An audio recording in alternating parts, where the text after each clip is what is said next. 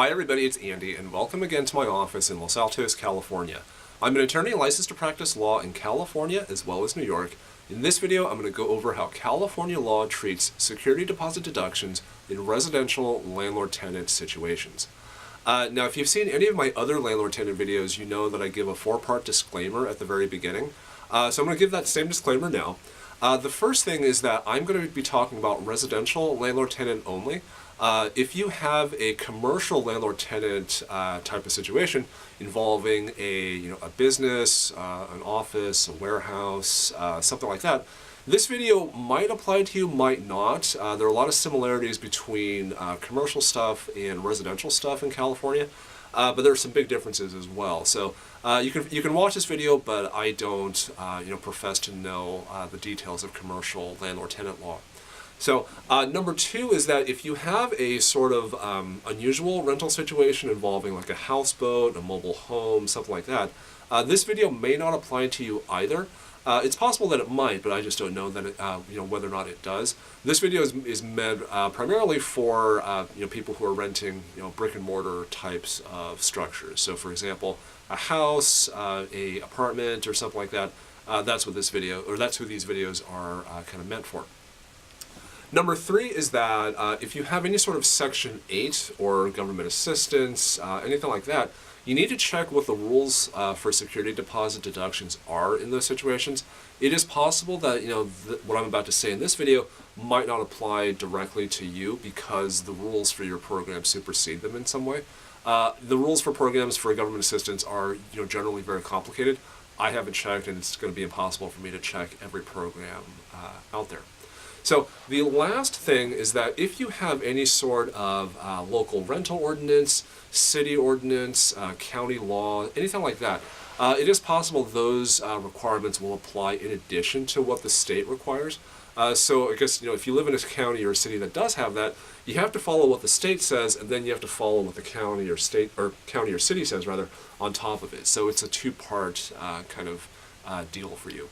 So all of that said, then I don't mean to discourage you, I guess, but the question we're talking about today is, I guess, phrased from either the landlord side or the tenant side is basically this.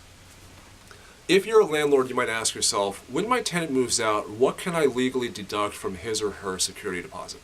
And then from the tenant side, the landlord or the tenant might go, hey, my landlord only returned me half of my security deposit.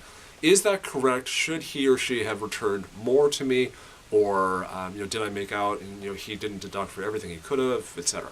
So regardless of which side of the coin you're on, the governing law here in California is going to be California Civil Code Section 1950.5E, which I will go ahead and paste and link down below, like I always do. But if you look over Section E, 1950.5E, you find that there are four situations in which a landlord can legally deduct from the tenant's security deposit. I'm going to go over all four of them now, but go ahead and look over the actual statute, down below, to get the precise wording, to see, for sure whether or not it applies in your situation or not. Because I'm only going to be talking kind of in the abstract in general. Number one, the first situation is basically that the landlord can deduct from the tenant's security deposit for rent that the tenant owes at the time of move out. So that's, I think, fairly self-explanatory. Number two is going to be if the unit or the rental property requires cleaning in order to be brought up to the condition that it was in when the tenant moved in, the landlord can deduct for that also. Number three is going to be very similar, but it's the repair kind of version of it. And basically it's going to be if the tenant damaged the unit above and beyond normal wear and tear, then the landlord can deduct from the security deposit to repair whatever damage the tenant caused. Now, the repair kind of situation comes up a lot. The key point to remember here is that it has to be above and beyond normal wear and tear. That can be kind of tricky to define in situations, but the basic idea is that if the carpet or if the stove or if the paint was basically at the end of its useful life anyway, then the tenant just happened to be living there when the carpet just needed to be replaced. That is not above and beyond normal wear and tear. And finally, situation number 4 is that, if there is, furnishings or keys or any other type of item, I guess, that comes with the rental unit, the cost of repairing, cleaning, restoring, that type of stuff can be deducted from the security deposit also. However, the lease for the apartment unit, or for the rental unit rather, has to allow for that. So the thing is, if you're the landlord, you're trying to deduct for the cost of replacing the key, the lease has to provide for that explicitly. So hopefully all of that made sense. There's basically 4 kind of big situations in which deductions can be made from a tenant's security deposit. Thinking about it now, there are a couple of other types of common questions, I guess, that come up when it pertains to security deposits. Number 1 is that can the security deposit be made non-refundable? Can the landlord says, you give me the security deposit and that's it, you don't get it back when you move out, even if there's no damage, no rent, no cleaning, anything like that. And the answer to that question is no. A security deposit for a landlord-tenant situation, or residential landlord-tenant situation in California, cannot be non-refundable. The law for that is California Civil Code Section 1950.5M, which I'll link down below for you if that's your type of situation.